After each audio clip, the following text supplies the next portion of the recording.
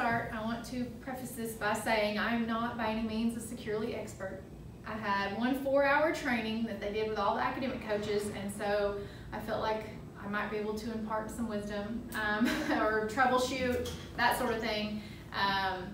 Maybe I can answer your questions, maybe not. If not, I can always record them and try and find out. So I just don't want to stand up here and y'all think, oh, she knows everything about securely. She does not. But I did learn quite a bit in that training and took quite a few notes. So how it works, first of all, and I'm going to send you this presentation at the end of the day, and of course Rob will have it posted. But Julie Shaw actually made this little site that's the first link in there, and if you have not signed up for Securely, it shows you how to sign up. Is anyone in here, have you not signed up for Securely? And that's okay, because I'll show you quickly how to do it. I don't think I have. Okay, so if each of you, because you'll need this anyway, open up Google Classroom in one tab and open up securely.com in the other. Just go to those and I'll show you how to get in both of them if you're not in both of them. Once you've gotten into Securely one time, it's very simple to go back into it.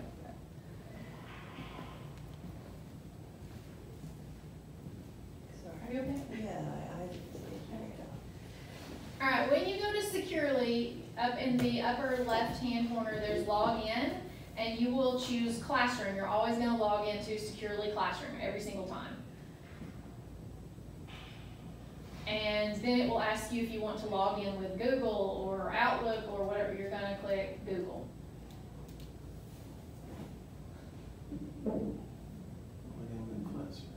Yeah. Google. You're right. Yeah, you're good. And then it may ask you some security questions. Just allow, and you'll get to a screen that looks like mine, except you'll have a lot more classes because you have classes and I don't. But there's what mine looks like.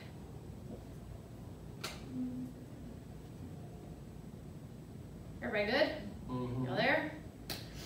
Okay, so if you forget how to log in, how to get there, that is what this very first little link in the slideshow sends you to. Also in that link, Julie put the user guide, a cheat sheet, just some different things that you might use in the future. You won't need those today, but in case you're looking for a reference sheet or sheets, you'll find them there. So once, let me get rid of that actually. Once you are in Securely Classroom, you should see all of your classes. What happens is PowerSchool talks to Google Classroom and Securely Classroom. So let's say you get a new student today, okay, and they are put in PowerSchool today. Their PowerSchool or their information will sync with Securely overnight. So you won't see them in your Securely Classroom today. You should see them in your Securely Classroom tomorrow. There is a way to go in and manually add students. Like let's say you've got your students doing some Google Classroom work and you really want them to get on there and do it. You can manually add your students, and I did put a link to a video here for how to do that, but it's discouraged because PowerSchool is still going to link that student regardless. So then if you've manually put them in and then PowerSchool comes in overnight, and then you've got 2 accounts for that student.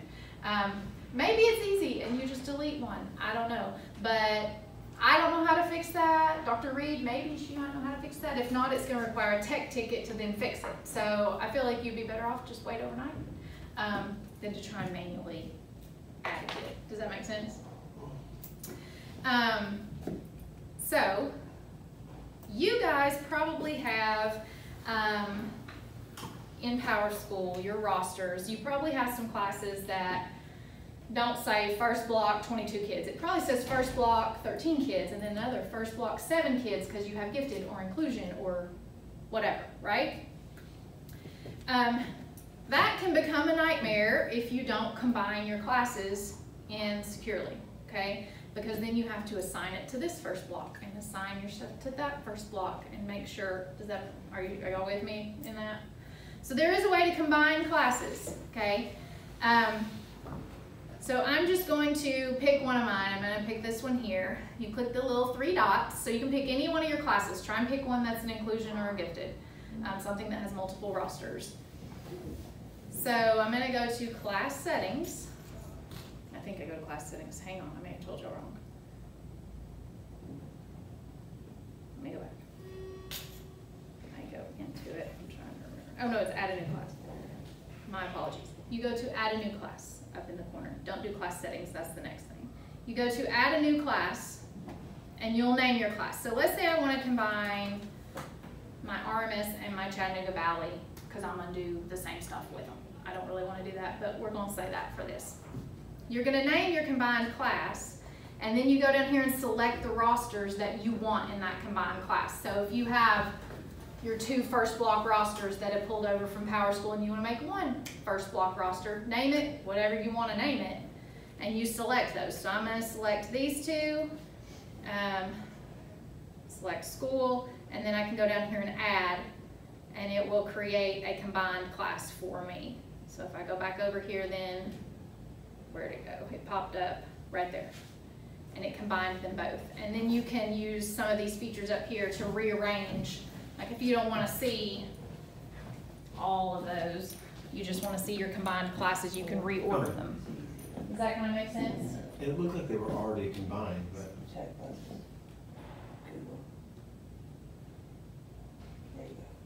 Yeah, because like I was looking at it, it looked like based off of the number of students, it looked like it didn't split it. Oh, that's good, because if it didn't, then you don't want to have to. Because I was going to go, as you were saying that, I was going to go back and try to put them in, but all the students are still listed. So what they did is they listed it twice. So I have my blocks, but I also have just it split out too. Good. Okay, well then you don't have to do that part. Okay. But if you ever want to combine a class, that is how you would do it. Yeah. So let's say you're going to always assign the same things to 2 classes or whatever. That's how you're going to combine your classes. Does that make sense? You good over there, answer? You look like you have a question. No, I hit the Google and I just hit sync time, like. And it did it automatically? Yeah, and these are that's all of good. my kids that are in my first block for Google Classroom and very important, but, so that doesn't, I don't even have to do anything. Did it work other for than- him? Yeah. Oh, that's good. They didn't teach us that, so I don't Okay, know so, that part. let me go back for you. All class types, Google. There's my classrooms, if they're set up by Google. If they're set up that way. Sweet. But then if it was a manual, it wouldn't do that. You would have to combine So the it. only one person I've seen that can't do it this way is Tina, because she has all of her kids in like 1 Google Classroom. So she would need this Yes, the most. yes. Okay. Darn, I wish she was here. But she can look at this and kind of figure that out, I guess, or ask me later. So that's good. Okay, so that is where I'm at here. How to do a manual class and how to combine classes. This is in here because a lot of people apparently have had questions about how to add a co-teacher to a class.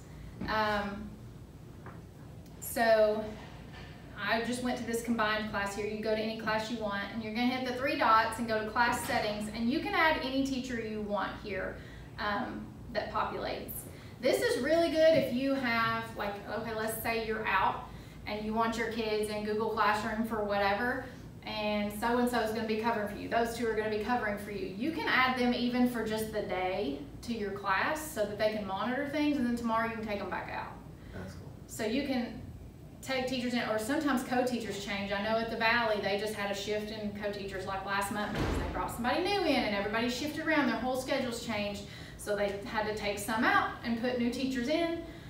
So you can add anyone you want to. If you want Dr. Stinson to see what you're doing or something, you know, say, hey, I'm concerned about this kid and what they're doing in my class, you know, you can add him in there. And he can go in and investigate, I guess, if you want to say it that way.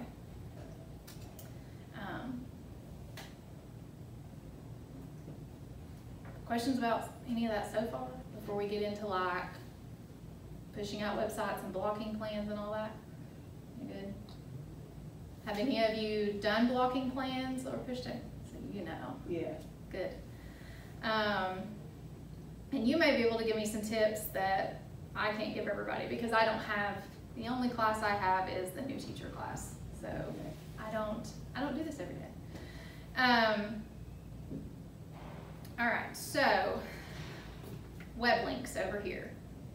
This is where you're going to, you can add individual links or you can create a whole collection.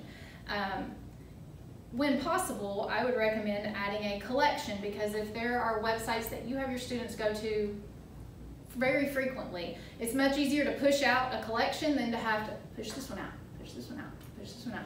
That takes a lot more time. So I would probably only use this for something that you're going to do today and you might not use again until next year. And I would add a collection of the frequently used sites. So you can come in here, you name it what you want. You simply click add. You can choose from, they have a list of them in here, or you can just manually enter a site and you'll add it. I made a collection right here. I just put 2 in there. I called it tried and true because those are like the websites we're always going to use, and I just added a couple just for sake of an example. But there's my collection, and if I wanted to add a web link, it would show up as well, and it would just be one little link instead of a collection. Now, do you have questions about that before I show you kind of how to push it out to students? No? All right, so when you're in your class, I'm going to go on this little mentorship class. When you click on your class, you can see all of your students, and you also have some different options over here. You can do it a couple of different ways, I think. Have you ever used this one? Answered site lock to collection. Have you used that one? No, I have blocking plan is what you're trying to do worth it. Do what? That's the name of my blocking plan. Oh, that's funny. So you have a blocking plan over here, but you haven't used that one yet? Right. Okay, I haven't used that one either. What I did was start session, and once you start session, you can see all your students, and you have all kinds of different options up here. And right here is where it'll say push URL. Yeah. So you click it, and there's my collection that I made. I simply select it and I push it out, and it's going to go out to those students. I don't know, I haven't tried to do it another way. I do know that in the training they showed us multiple ways to do the same thing, but that was a little bit of overload for me personally. Like, I needed one way, and to master that before I could look at 12 other ways. That's really easy. Do what? That's really easy. So let me, when you push this out, does it go out in Google Classroom like an assignment? Is it go in the stream, or it is opens up on the stream? web page? Yeah. Okay, so if you're going to say, hey, we're going to go to this website, and you push it out, every screen in the classroom automatically goes there? Yeah. Unless you, now if you just want it to go to one student, like if I just want this to go to Grayson, I can select her and click push URL, and it will only go to her. And it'll go just to her? Yes, okay. But if you don't select anyone, it goes to everyone. Okay. You can do it through an announcement too, where they click on the announcement. There's okay. announced. So technically, if I was going to reference something in class, instead of just talking, I could show that to, and everyone would be looking at the same thing I was referencing. Yeah. You could push URL, you could do it that way, or where is it? It's screen share. If you have it on your screen, you can hit screen share, and you can do it that way. Lock students to the screen share session, so you select what you want and you continue, and then you can select whatever you're wanting to share out, and it'll share your screen, like if you have your screen up there. There's also a way to share just a student's, like let's say students are working on something, and you're like, oh, his is so good, I want everybody to see it. You can screen share and just share his to everybody in the class for a moment, and then take it back down. I'm not real sure about that process, because I don't have students to do that with really, but there is a way to just do that. But it's this screen share button right up here that you would use for that. That's the only one I haven't done, is screen share. I have called a student, I've done chats individually, I've done announcements with the kids, I've kicked them from websites. I also have a tab limit. Oh, that's good, a tab limit. Yeah. That's really, how'd you do a tab limit? Like when you go to open the classroom on the left, where it's your session time and stuff, at the very top for the teachers, it says tab limit. Okay. They have 4. That's good. And then of the websites and is what you're trying to do worth it, they'll kick them from anything that's not. I like that. That's a good tip. At the end, I have a place for tips, like your best tip. I think you should include that as your best tip that you could share with somebody else. But, because, I mean, I didn't know that. I'm sure some other people probably did because they use it on the daily, but there's a lot up here you can do. And also in here, she was just talking about chat. So like next to each student, you know, I can click right here and there's share screen right there. You can share that student's screen. There it is. So if I want all of you to see what Cindy's doing, because it's a great example, I can share it, you can see it, and then I can take it back down so that you're not copying her work or whatever. But yeah, there's a chat there, so you say, hey, why are you off task or whatever, if you don't want to get up and walk over there and disrupt the whole class. There's lots of different features when you get to playing around in it, if that makes sense. Let's see, let me go back here. Oh, one thing to think about is, and I don't know, you may have run into this, you'll have to tell me, but they told us, let's say that you're wanting to push out a Wikipedia link. Well, in Wikipedia, lots of times there are other links within it. You would want to also, in your collection, or when you push out that one website, put in there the dependencies, those other links, so that if they try to go to them, they will work, unless you don't want them to work, and then that's fine. But lots of times there will be a breakdown there because you didn't push out the dependencies. So if Wikipedia, it was Thomas Jefferson, wasn't it? It was Thomas Yes. Jefferson. Okay. If you're having to look at Thomas Jefferson in Wikipedia and there's a link to Monticello that goes out, if you didn't put that link in as well, they may not be able to go view it. And maybe you don't want them to, and that's fine. But if you want them to, have you run into that at all, Hansard? No, I like the chat because like once you're done with it, it archives everything you messaged individually to the kid. Mm-hmm. So like I was trying to put out yesterday, I messaged him, you know, come back here for a moment with your Chromebook, and he was like, no. And I said, yes, there's an easier way to do your math. This could take a moment. He said, no. And I was like, you're being a real brat. Mm-hmm. And then I looked because I wanted to make sure that we had, you know, proof in case a mom was like, you called my kid a brat. I'm like, yeah, here's one. Yeah. But it does, it saves everything. It saves the website you close, it saves what we say to them. Does it come in an email to you, or how do you access it? You can go to your classes, and then it'll say like session history at the top. And then once you click on that, there's gonna be a whole list by date. So me and Clark are both in 5th block at the same time. You know what I mean? Like I can open his and he can open mine since we're co-teachers.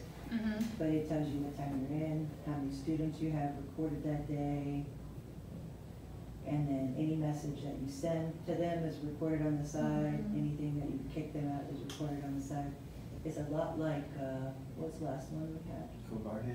The only difference is I can't click on their slides and move them the way I could for their Guardian. That's the only difference. Click on like their links that they're in? Yeah, so I can visually see what the students are doing, but I don't have access to their work directly, so I can like adjust it as they're working on it. Oh. Does that make sense? Yeah, I'm not sure.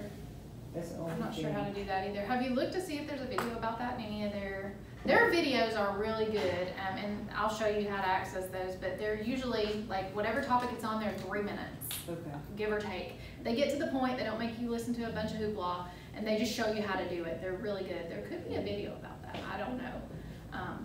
I'll have to show you here in a I'd minute. definitely look, because this has just been through like process of doing, Yeah. playing. Yeah. I'll do that here in just a few minutes. Let's see. Site lock is another feature. So if you are in the class, let me go back in here. This is the site lock feature up here. So if you click on it, it gives you options. Like down here, you can force close all the kids' other tabs, so all they can see is the collection you've given them or the website you've given them. Right here, allow students to browse other pages. Oops. I don't know why that's not coming up, but other pages on the selected site, the selected website. You just have different features, different things you can do to kind of lock what they're doing and hone them in on what you want them to be honed in on. And you just kind of have to play with it, honestly.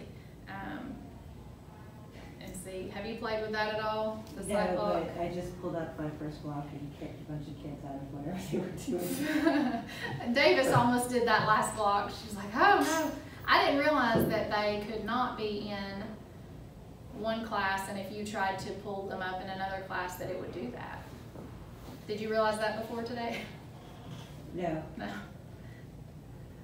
But that, so what about Go Guardian? Could you pull them up if they were in different classes? I don't have Go Guardian Yes. experience at all. None. Zero.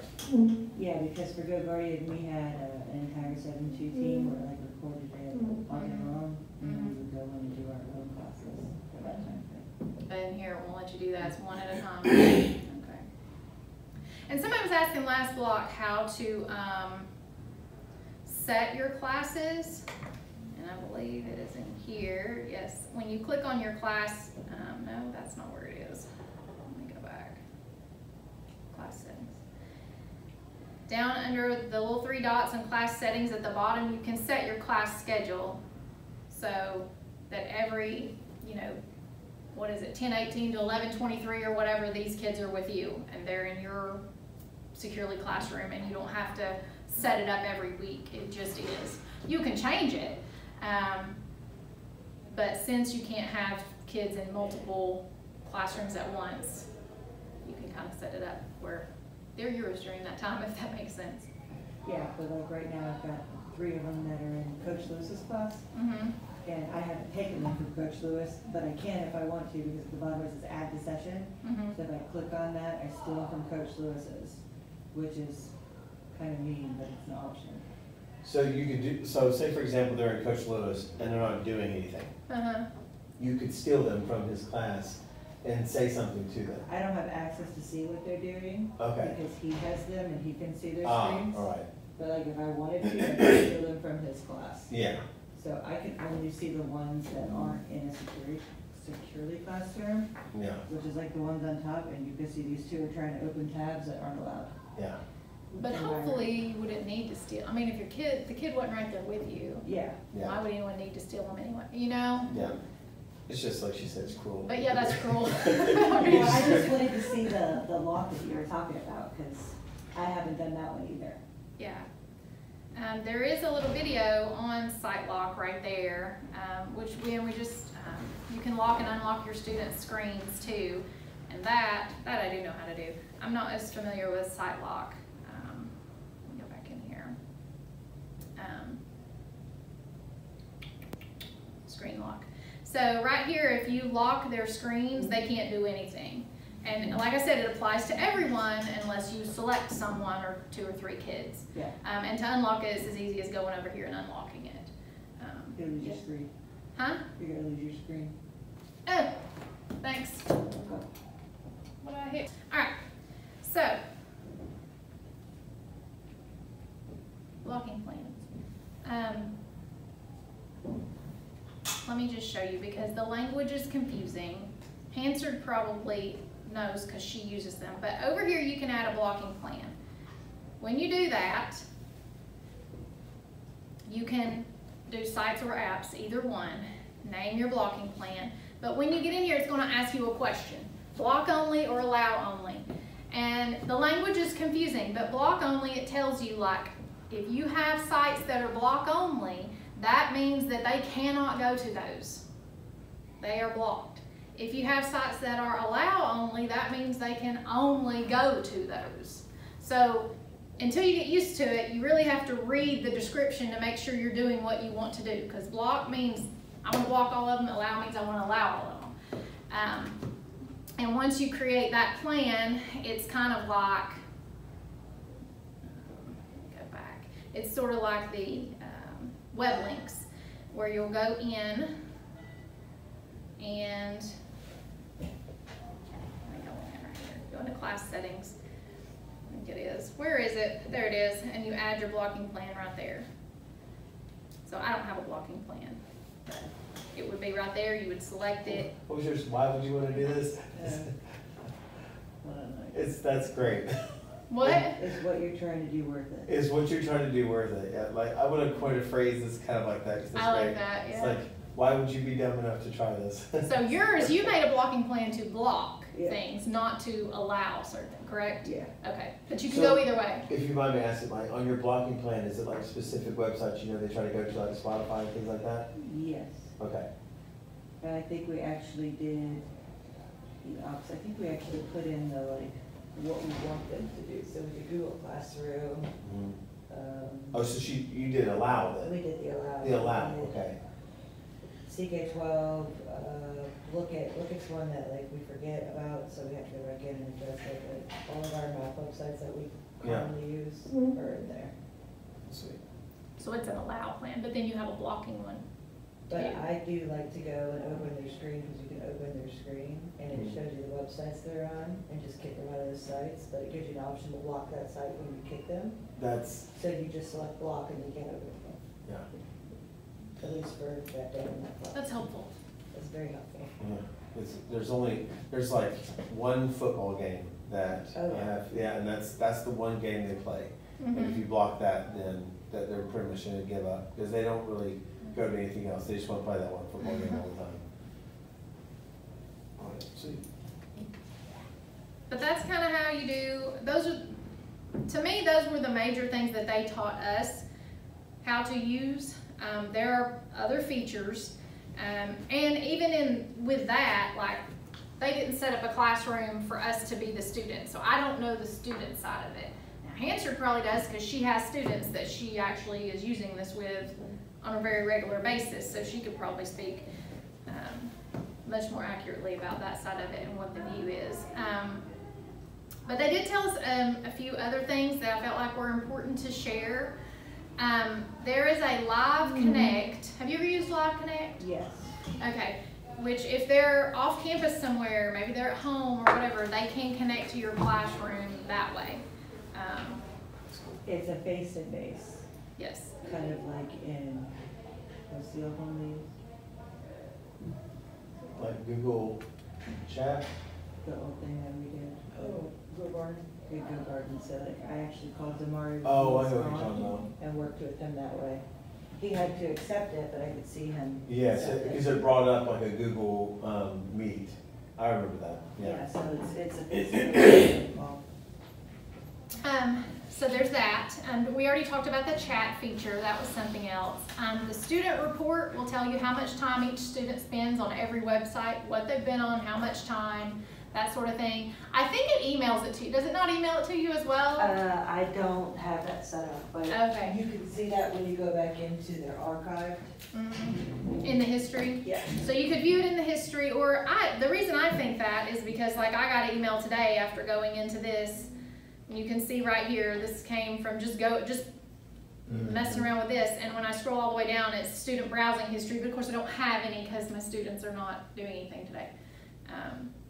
But I think you'll get that information. You have access to it multiple ways.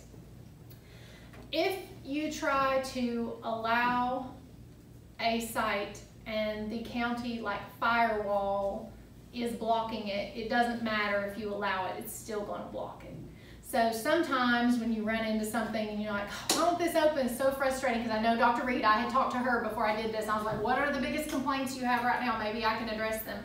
And that was one, that if the firewall's blocking it, you would have to do a tech ticket and wait and see if they'll possibly unblock it for you. Constantly running in the background of Securely is Aware, which is an AI tool.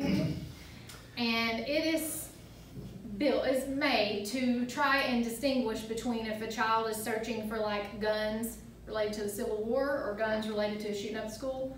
And so you should get an alert if there's something suspicious.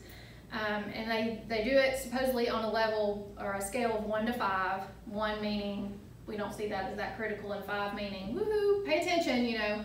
But you can also give feedback. So if AI, because it is just, as a computer, sometimes they may flag something as serious and you're going, no, it's fine. You can give feedback, and it's constantly refining, I guess, and trying to become more accurate. So your feedback does help, but it will alert you if there's something suspicious going on. Do you know more about that? We get them all day. I'll get 50 today, and normally 90% of the time, it's like when they were doing The Outsiders and they were doing writing prompts, they talk about that, and we get like a bullying hit.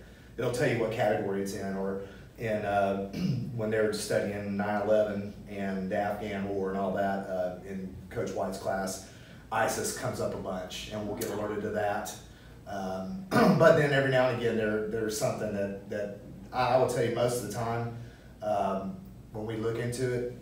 Here's the thing: is like kids are smart to the fact now that just the prompting will cause an alert, because they'll start to do it to each other, or they'll coax one of their peers to, hey, write this in, and then but we'll have to call them up and ask them, hey, what is this? So and so asked me to, So half the time most of the time it's not an issue. Every now and again something comes up, but kids are aware that they're writing prompt securely to send an alert about that. So. Mm-hmm. Do the teachers get the alerts too, or just you? I don't think teachers get the alerts, do you? The security alerts? I have yet No, to. we get them. I get them. Okay. I get 50, at least 50 a day. Oh, okay. All right. So. Well, that's good to know, because Yeah. I thought teachers got them too. Okay, so you know. Mhm. But yes, it will alert. So those are just some tips they told us that I thought were worth sharing. But other than that, I really just had some chart paper and markers back there that if you had a really good securely tip, maybe you could write it and I could stick it up here for the other groups to see. You don't have to necessarily, because I know a lot of people aren't even that familiar with securely. I think she's been the first one today that's actually been familiar with securely. So that was pretty much the end of it. That's what I know.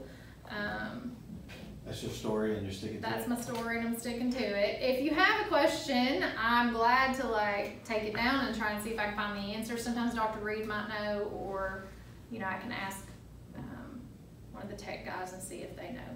But